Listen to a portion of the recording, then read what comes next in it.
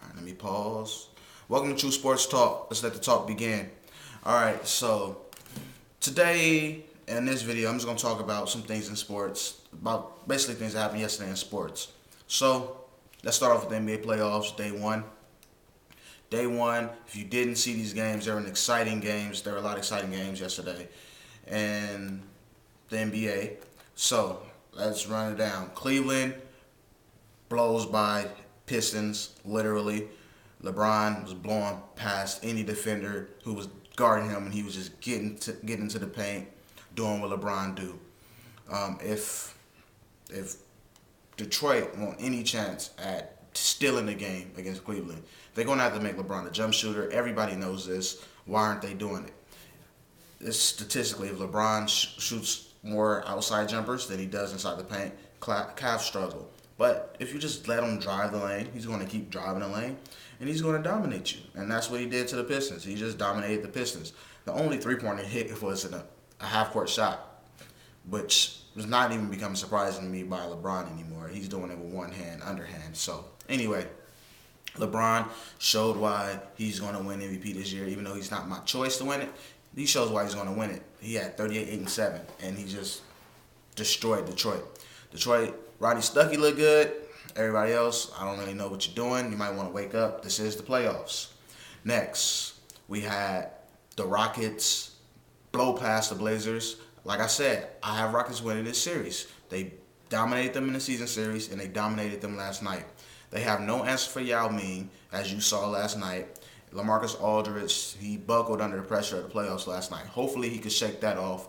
And then Brandon Roy has to go up against Ron Artest and Shane Battier. That is a tough task for anybody. Brandon Roy can't do it by himself, especially with them two guys guarding him. And Rockets right now, they just a better team. Aaron Brooks came out of nowhere. He didn't come out of nowhere. I know about Aaron Brooks. You might not have known him. But Aaron Brooks had a great game yesterday. And luckily Von Wafer was cold, because they probably would have won by even more points. Mutombo came in the game, just cleaned the glass. Mutombo played like he was like 26 or 27 last night, the way he was cleaning the boards in the limited time he was playing due to Yao's foul trouble. So, like I said, the Rockets are going to beat the Blazers. That's my prediction, all right?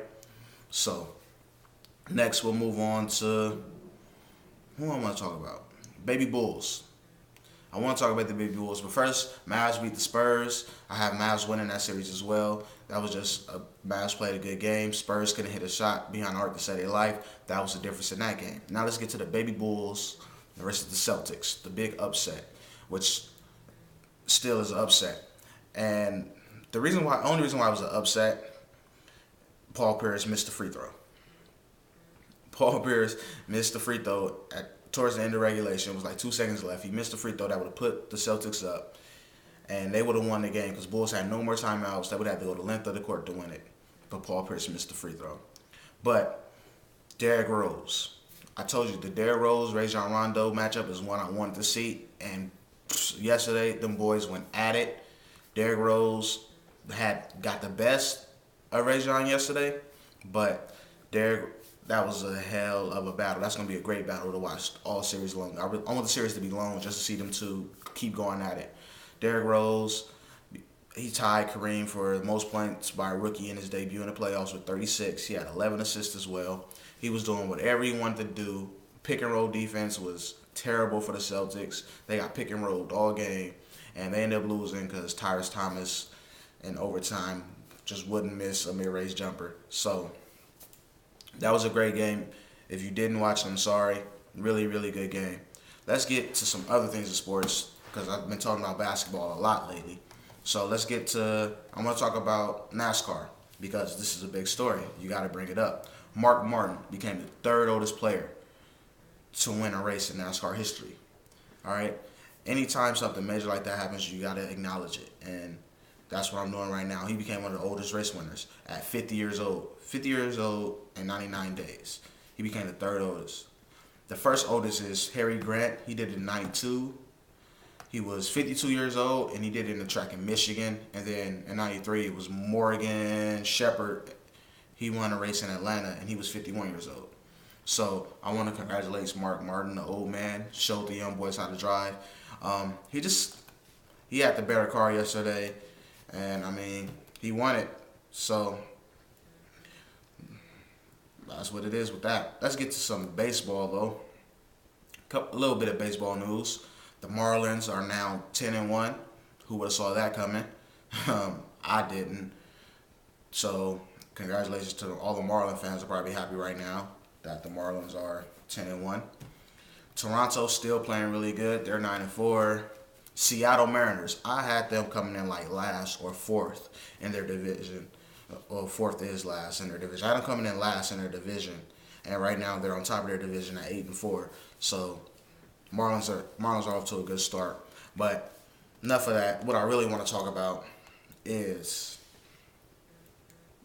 them Yankees. Yankees last night lost 22-4 at home to the Cleveland Indians. And why? Because they keep starting Wong. Why are they starting Ji-Min Wong? I don't know. They need to send this dude down back to the minors because the last game he played, he got lit up for a whole bunch of runs. And then this game he plays, he gives up, I believe, 8 in the second, while the Yankees as a whole give up 14 in the second inning. Yankees right now, their payroll is way too high to be getting embarrassed the way they are. Like, every time they lose, it's an embarrassing loss, it seems. Like, they seem to give up either 7 or 8 runs in an inning every time they lose. It's always something embarrassing. Yankees, I don't know, but first thing you need to do to fix your problems is stop starting Wong. Send him down to the minors till he get his confidence back or something. And I don't know. People, they still want to say, bring up A-Rod's injury. A-Rod is not the reason why the Yankees lost 22-4. They pitching is terrible. They went out spending all this money. CC is playing good, but it's not CC's fault. Because even the game CC played good, his reliever came in and gave the game away. So it's ridiculous. Yankees are terrible. I'm actually kind of happy they're terrible. Hopefully they get out the slump though, because I can't laugh at them all the time. TrueSportsTalk.com, or hit me up on Twitter, twitter.com/TrueSportsTalk.